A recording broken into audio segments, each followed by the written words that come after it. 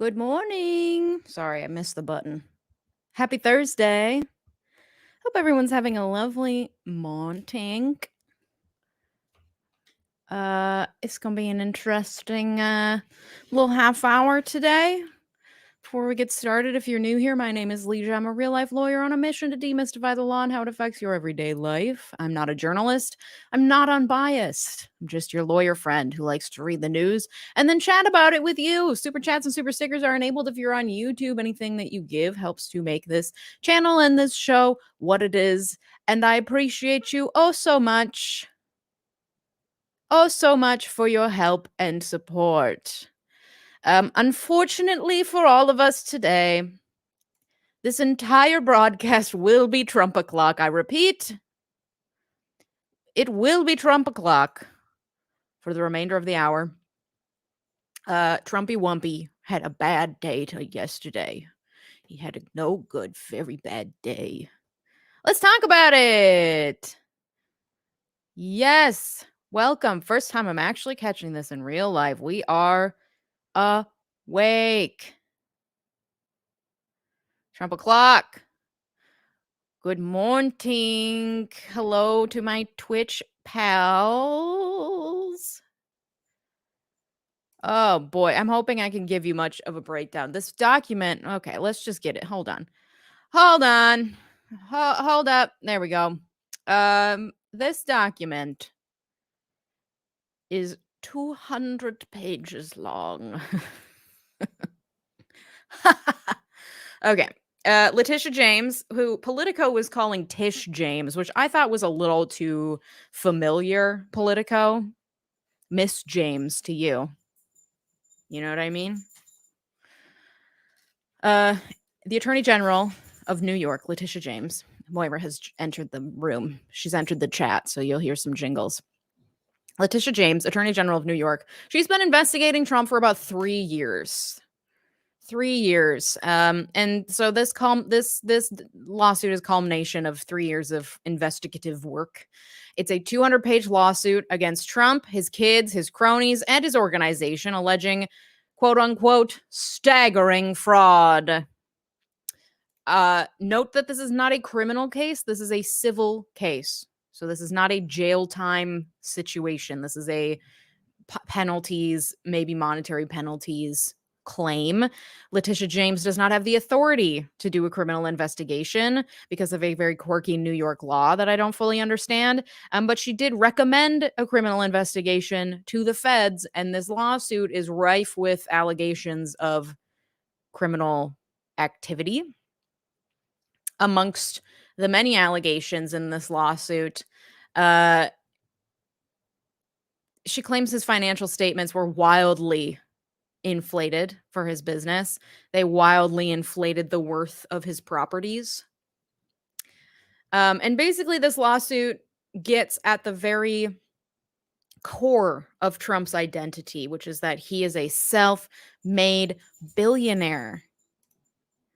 He did this himself. He made himself out of the $1 million that his father gave him to do so. He did this. He did this. Oh, also, I'm wearing my merch right now. You really can't see. It says dump him. It's a crop hoodie. You can buy it in the link down below. Just thought it was fitting for this.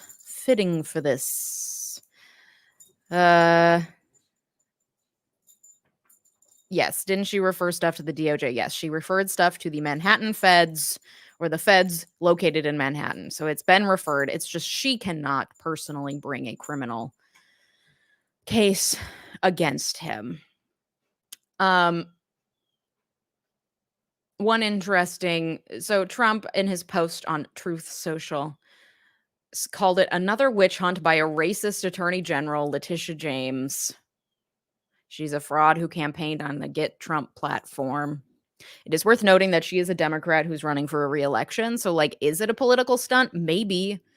I'm as much as you love to see this lawsuit, I'm never not going to say that politicians aren't always trying to put themselves first in some capacity. So, yeah, maybe. But the reason why it's a political stunt is because it's popular. People want this. Not that that's what lawsuits should. Not a popularity contest, but moving on. Listen, let's look at the lawsuit. Here we go.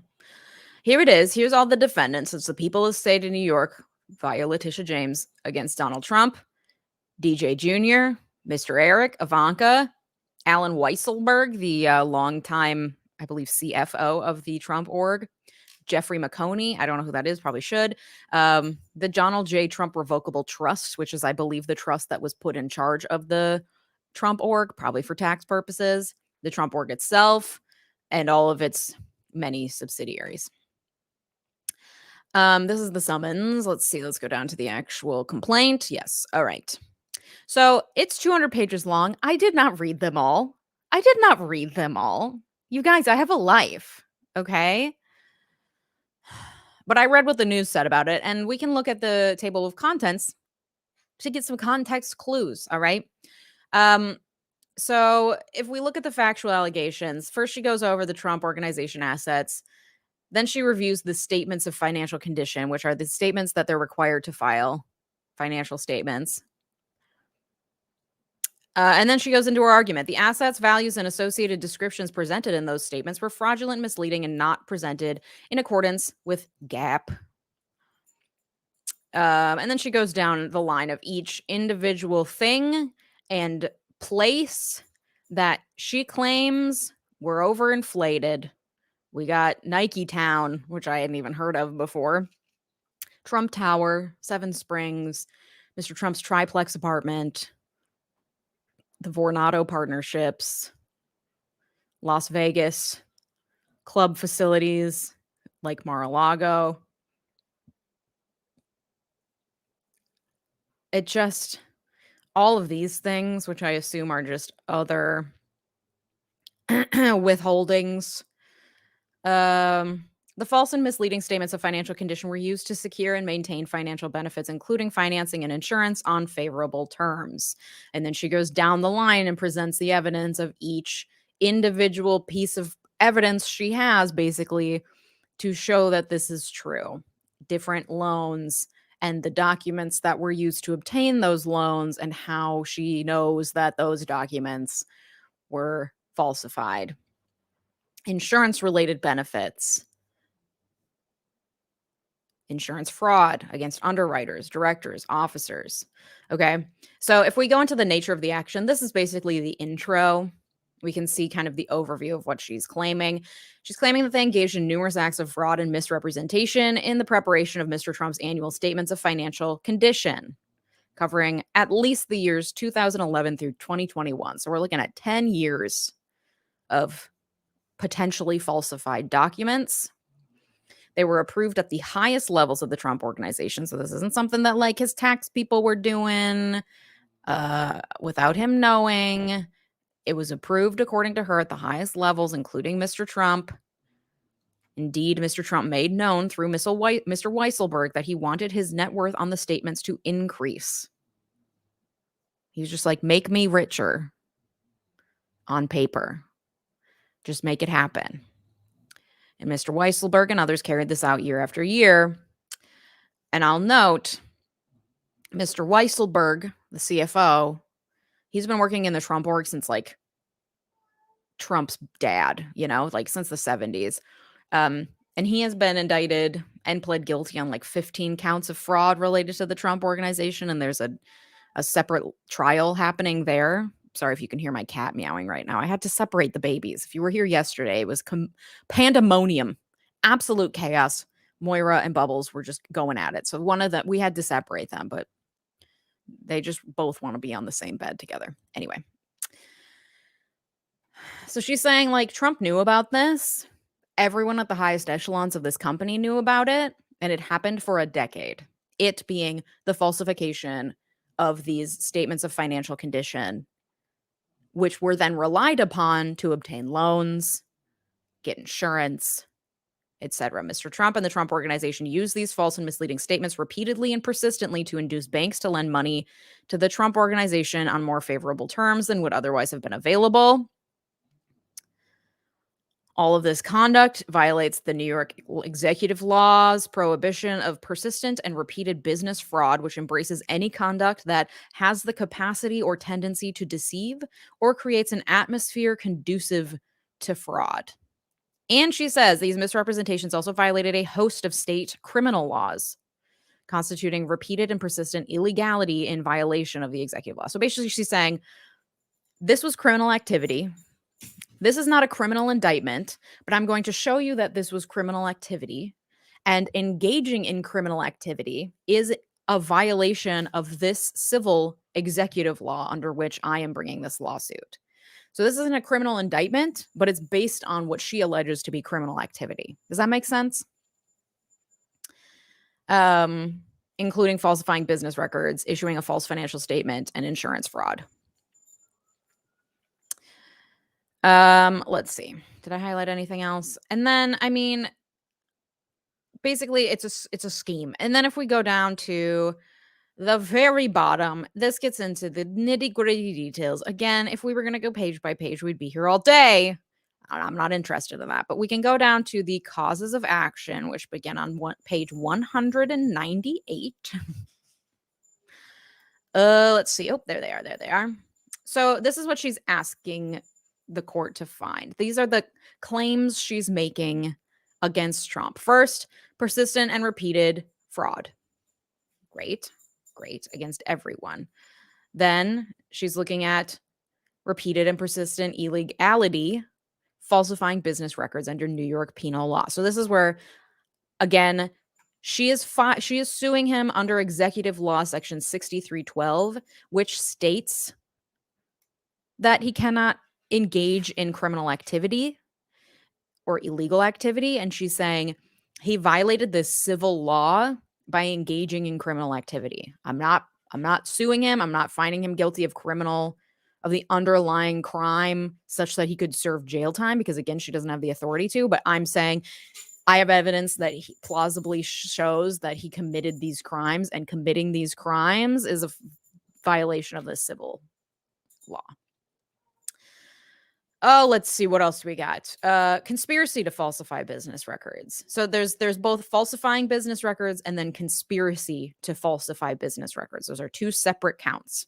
The actual claim and then conspiracy to commit the actual claim.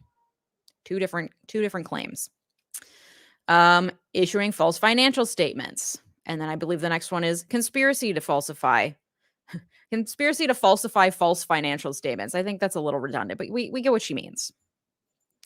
Insurance fraud. And then I believe the next one is, conspiracy to commit insurance fraud. So these are separate claims. Okay, so those are all the counts, the causes of action. We got 7 causes of action. Basically all fraud, falsifying business records, insurance fraud. Where insurance fraud is where you obtain insurance via using falsified documents or making the insurance company rely on false information to issue the insurance. Okay. Prayer for relief. Wherefore? This is all like old school legal stuff that we still do in filings. Prayer for relief. Wherefore, plaintiff respectively requests that the court enter an order. So this is what she's asking the judge to do. Cancel any certificate filed under and by virtue of the provisions of blah, blah, blah for corporate entities named as defendants. Cancel their certificate. Appoint an independent monitor to oversee compliance in financial reporting for a period of at least 5 years. Replace the current trustees of the Donald J. Trump Revocable Trust with new independent trustees requiring similar independent governance. Require the Trump Organization to prepare for the next 5 years a GAAP-compliant audited statement of financial condition showing Mr. Trump's net worth. Bar Mr. Trump and the Trump Organization from entering into any New York State commercial real estate acquisitions for 5 years. So you can't buy property in New York for 5 years. Bar Mr. Trump and the Trump Organization from applying for loans from any financial institution chartered by or registered within the New York Department of Financial Services for 5 years. So you can't buy property, you can't get a loan in New York for 5 years.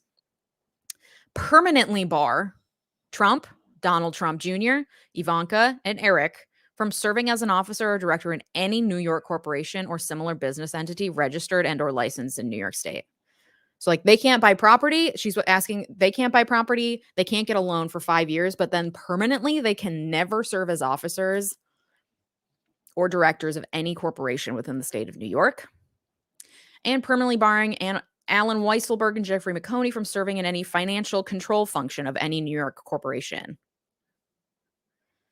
and awarding disgorgement of all financial benefits obtained by each defendant from the fraudulent scheme, including all financial benefits from lenders and insurers through repeated and persistent fraudulent practices of an amount to be determined at trial, but estimated to be $250 million, plus any additional relief that the court deems appropriate. So yeah, those are some pretty,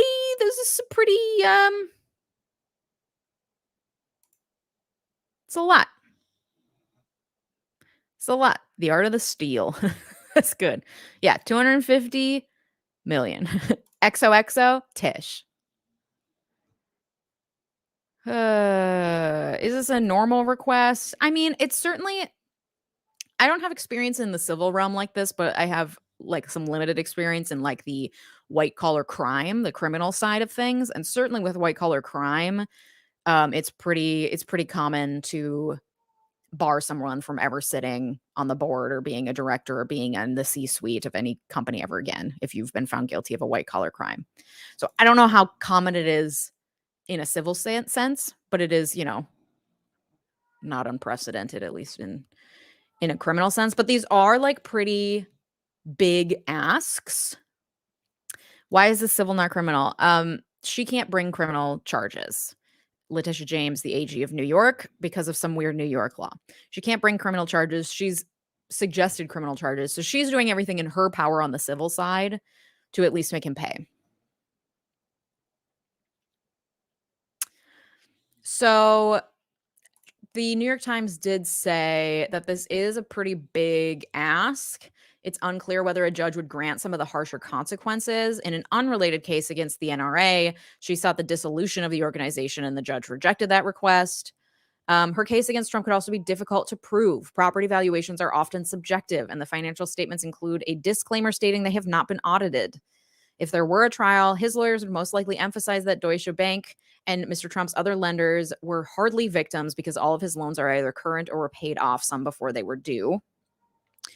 Also, Mr. Trump famously does not use email, which I guess famously, I don't know that I fully knew that. That sounds familiar, but I don't know that I'd ever really stopped and pondered that the former president of the United States had never used email. So any instructions he might have given his employees about the company's financial statements might not be in writing. So there's a lack of a damning email or witness willing to testify against him might complicate his efforts to show that he intentionally used his financial. So the fact that he's illiterate like really works to his advantage. Can't read or write, just must speak. Hard to have evidence of spoken things.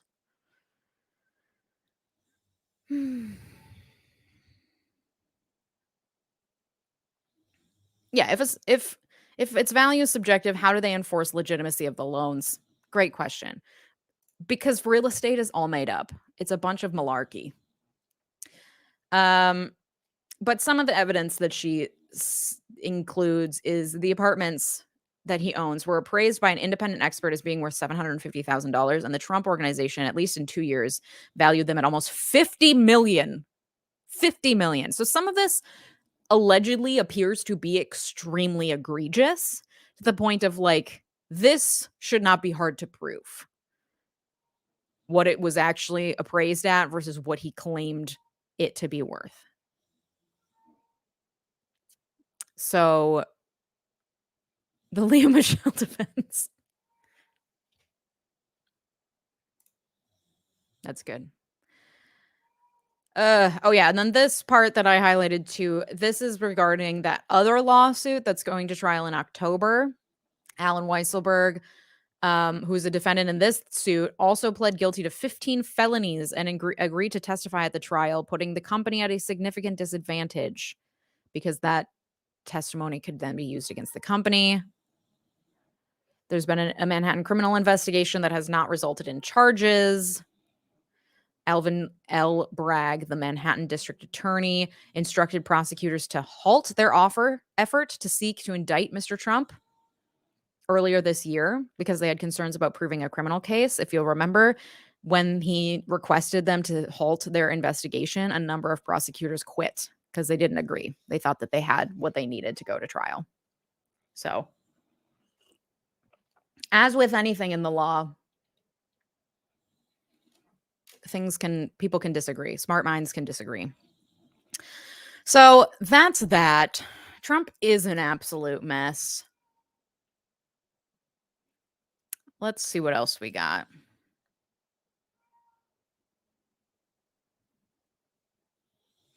I don't understand. I think this is one of those reverse racism situations where white people like to be like, I'm being discriminated against.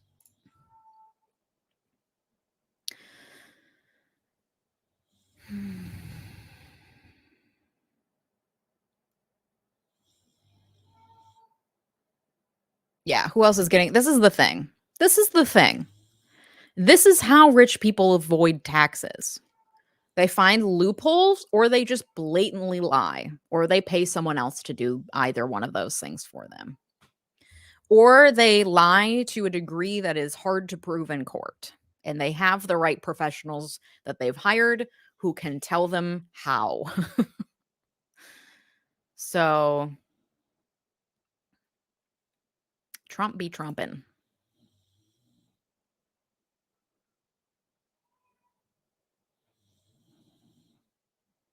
Is it normal? I don't know. I don't know if they're the only state. Bloomberg law called the law quirky, the New York law that bars her from being able to file criminal charges. So something tells me it's certainly not common. Certainly not common. Quirky. Can't imagine living under constant litigation, criminal investigations. How do you live like this? I mean, living in denial, thinking you're above the law probably helps. Thank you for the super chats. Thank you for being here. Happy to stream. Happy to be here. All that motherfucker does is lie. I read this really interesting article in The Atlantic this was a long time ago, written by the man who ghost wrote The Art of the Deal. Because Trump didn't write The Art of the Deal. The man who ghost wrote it, though, basically was like, I regret doing that. Here was my experience trying to get anything out of Trump to write this piece of crap. And he was like a petulant child. He couldn't sit still for 5 minutes to do an interview.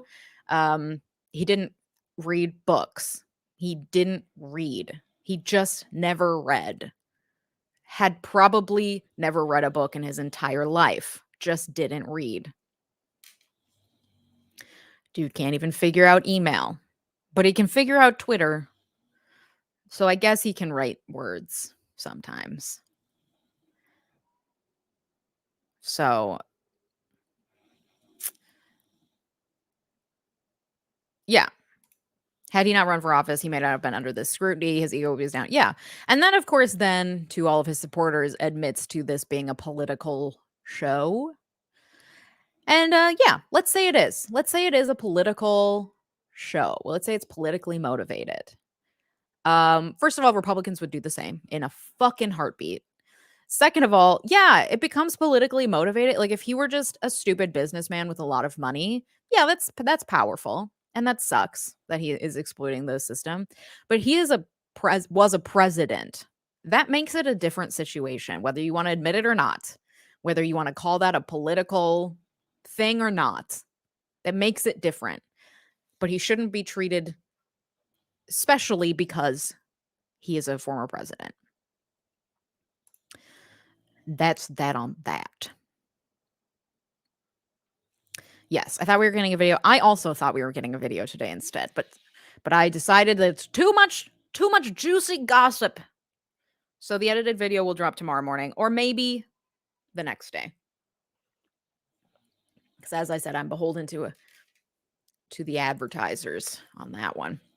Let's see. Someone gave me a super sticker. Thank you so much, Allison. And thank you, R.W. Scott. Everybody owes money. Everybody he owes money is yeah, that's right.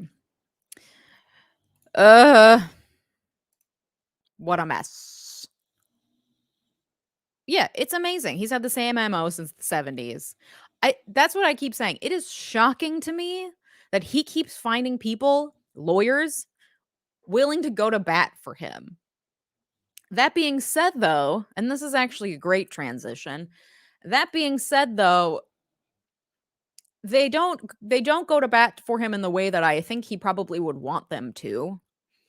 Because the thing when you enter a courtroom is that perjury exists, and so sometimes the the lawyers aren't going to back up what he says.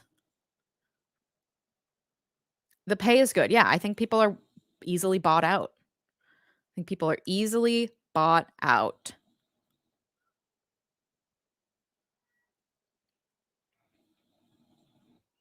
I'm so sorry. So sorry about that. I know. I try to post like an hour ahead of time, but I know it's so fucking early. I'm doing my best. I'm doing my best. Yeah, 45 o'clock all day long. All day long. Thank you for the super chat.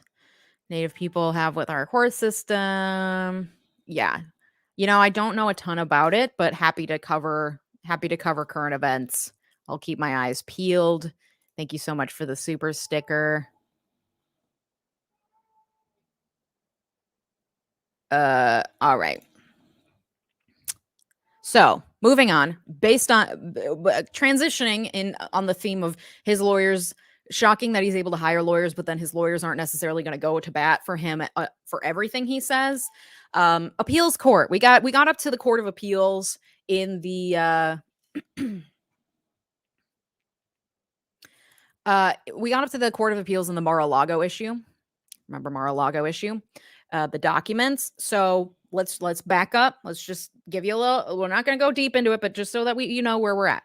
So Trump, he had documents. Mar-a-Lago, FBI searched it. They got the documents. Then they go to court, and then Trump wants a special master, and the judge allows the special master, but then is like, while the special master should have access to these documents, these highly classified documents, and the DOJ should not have access to them for their criminal investigation only, but they can have access to them for their national security assessment. Which is a weird line in the sand because they're all part of the executive department. So why is she granting executive privilege to some but not all? And so the DOJ appealed it up to the appeals court, which was spooky because the appeals court has many, many Trump appointees, the 11th Circuit. But they still appealed it, but they appealed it on a very narrow question of whether or not these, specifically the 100 or so classified documents that they confiscated, should be something that they can continue using in their criminal investigation and should be something that the special master can or cannot review. That was the issue on appeal. So if we look at the order from the 11th Circuit, it's a circuit opinion when they got this fancy font at the top. Fancy font. So like they say that this is narrow. We decide only the narrow question presented, whether the United States has established that it is entitled to a stay of the district court's order to the extent that it requires the government to submit for the special master's review the documents with classification markings and enjoins or stops the United States from using that subset of documents in a criminal investigation. We conclude that it has. We conclude that it has. It has established that it's entitled to these things. They go into the background, which we just talked about. And let's see. Background. We go down to their reasoning. Okay. Basically, they say the U.S. has established a substantial likelihood of success in the merits. They argue that the district court likely erred in exercising its jurisdiction to enjoin the U.S.'s use of the classified records in its criminal investigation and to require the states to submit the marked classified documents to a special master. We agree. And here's why. There's an absence of indispensable... So there's a indispensability issue here based on this case.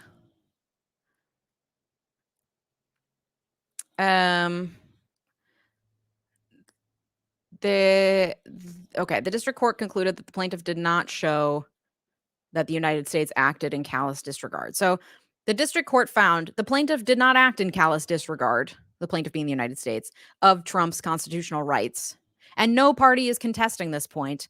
And this alone, they say, should be enough to show that the court abused its discretion. So they're saying, like, this one factor alone is enough. But for completeness, let's continue. None of these concerns regarding whether the plaintiff has an individual interest in the material.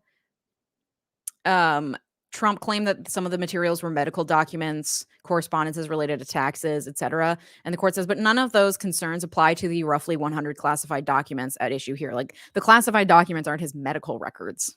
You know what I mean? And the district court made no mention in its analysis of this factor as to why or how plaintiff might have an individual interest in or need for the classification documents. For our part, we cannot discern why plaintiff would have an individual interest in or need for any of the 100 documents with classification markings. Plaintiff has not even attempted to show that he has a need to know the information contained in the classified documents. Plaintiff suggests that he may have declassified these documents when he was president, but the record contains no evidence of any of these records were declassified. And before the special master, plaintiff resisted providing any evidence that he had declassified any of these documents, which we talked about yesterday. But even if we assumed that the plaintiff did declassify some or all of the documents, that would not explain why he has a personal interest in them. Whether or not he declassified them doesn't matter. He still does not have a personal interest in highly classified United States information, is what the court is saying.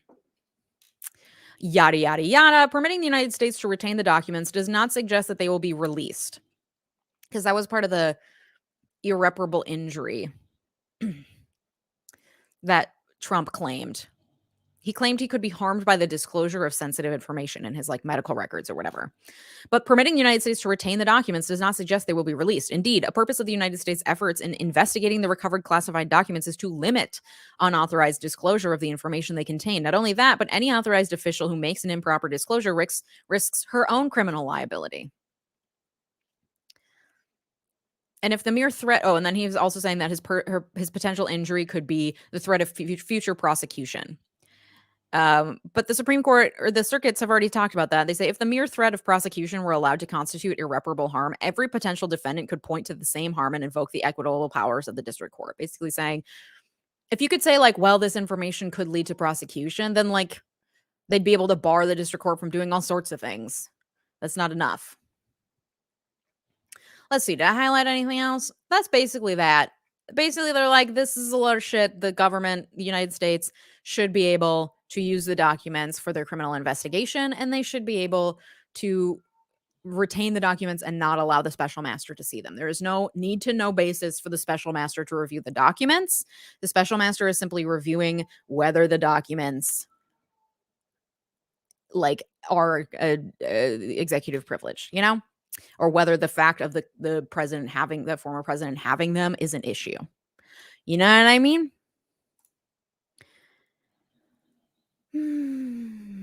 Sorry, I'm looking at your comments now.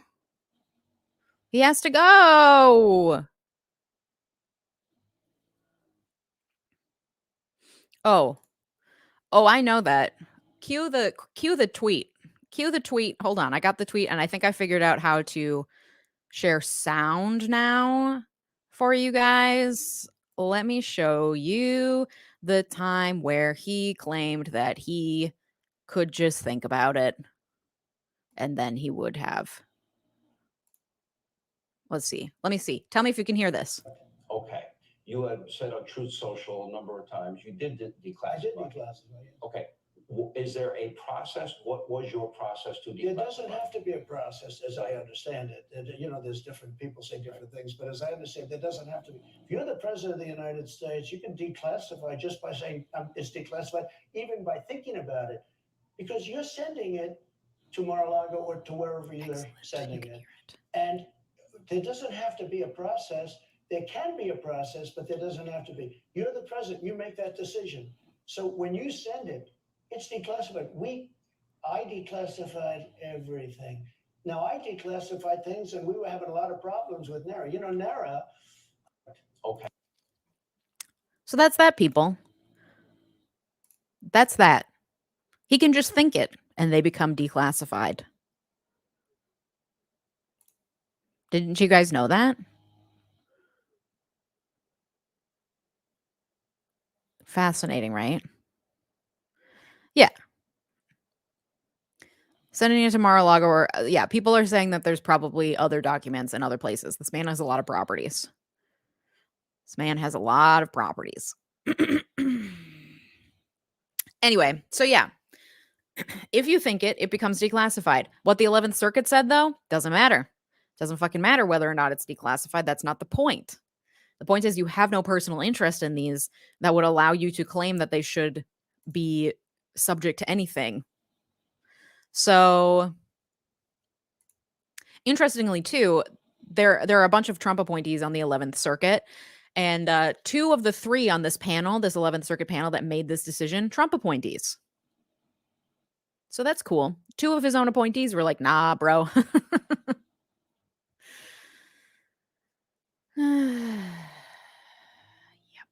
Yep.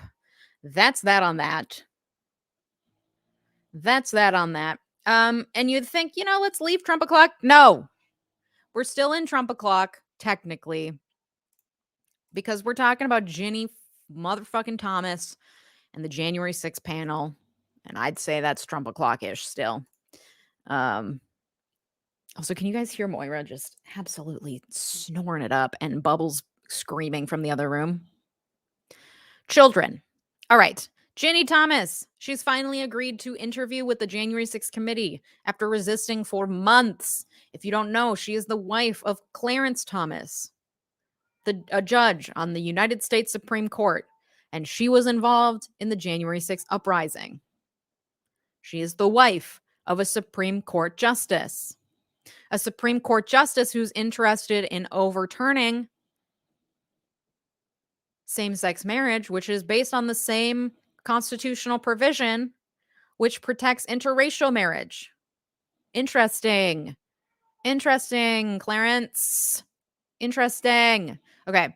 Ginni, there's evidence to show that she texted Mark Meadows, the White House chief of staff, urging him to challenge the 2020 election results, and that she pressed lawmakers in several states, asking them to fight the results of the election. She is the wife of a sitting Supreme Court justice, one who will be making determinations on voting rights in the coming session, which we will talk about on later days. But what they're most interested in are her interactions with John Eastman, a lawyer who pressured Pence to block or delay the certification on January 6th, and who worked to create alternate slates of electors to stop the electoral count. That's what they're most concerned about. Did I highlight that? No. So, yeah, so they're going to be asking her some questions. They are reconvening September 28th, which is that's in like a week, right? That's on Wednesday.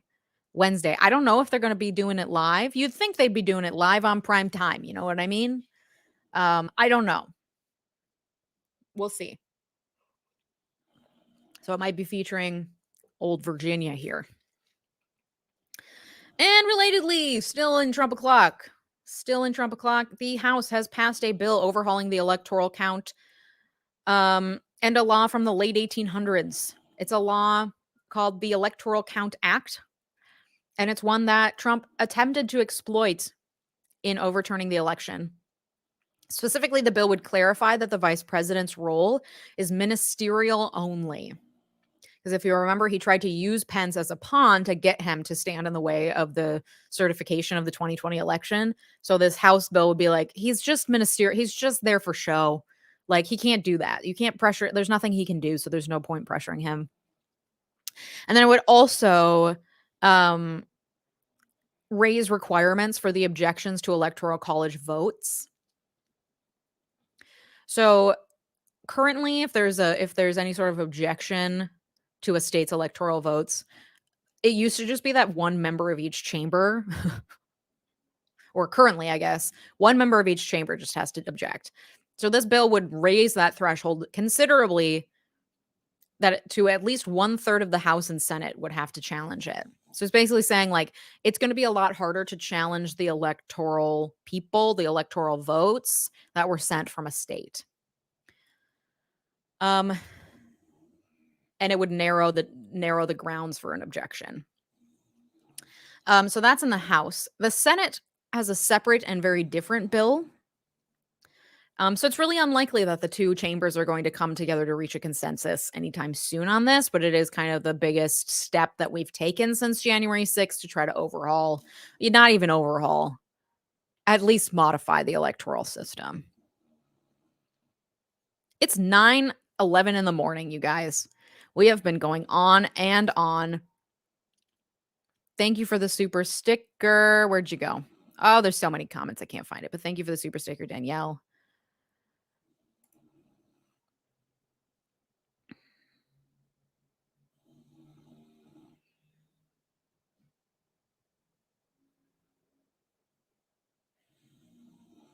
It's 7 a.m. for you. Oh, we're not leaving Trump o'clock. This train is in the station. This train is in the station.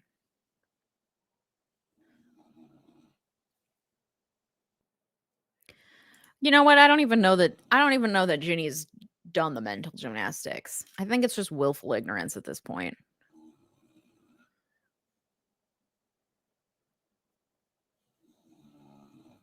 Have you ever seen a turtle smile? Uncle Thomas. Okay. Yeah, I'm in Central Time, baby. Oh, that is Moira. My sweet angel baby. That's all I got for you guys today. We got to wrap this up. I don't even have a consumption corner for you, if I'm being honest. If we talk about the literal things I've been consuming, yesterday I had this impeccable apple bundt cake sitting on the front porch in the crispy autumn air, and it felt just spooky season is upon us, and it was glorious. So take a moment today to maybe breathe the fresh air, stand in the sun if you can for a few minutes at least. Take a deep breath. It's Thursday.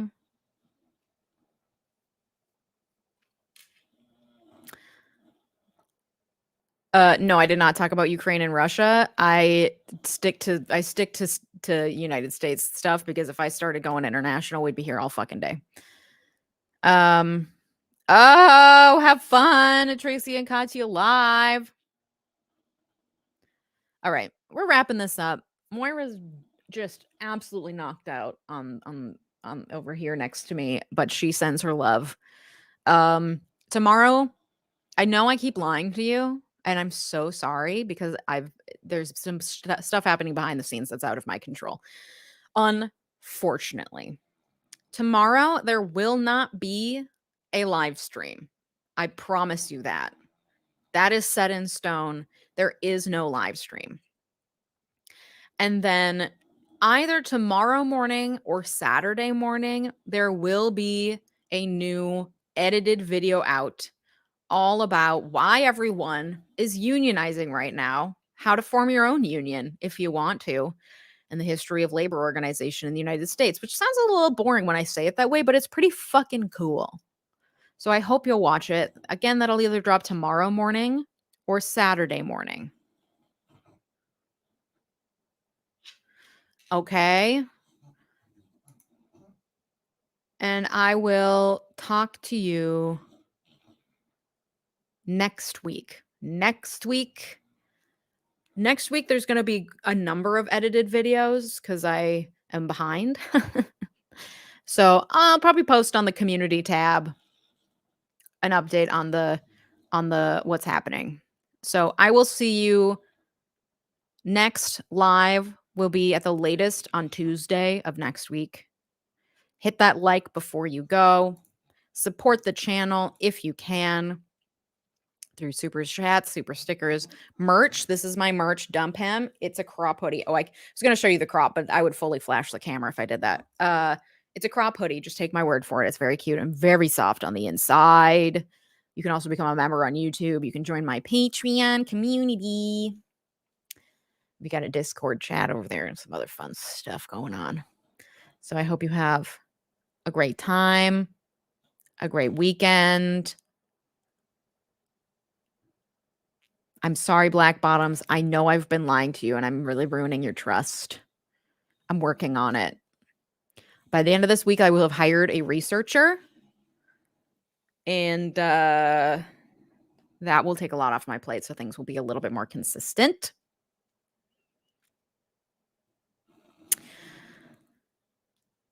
Mother care's not for us. So sorry. Live premieres for your edited videos. You know, I go back and forth on this because then it shows like premiered yesterday or whatever, and I worry that people who aren't familiar with what that means are going to think that it's a live stream, and not everyone wants to watch a live stream. Anyway, goodbye. I will not be live tomorrow. That is the point of all of this. Thank you so much for being here. I support you. I appreciate your support. Moira says hello and goodbye, and have a lovely day. Goodbye.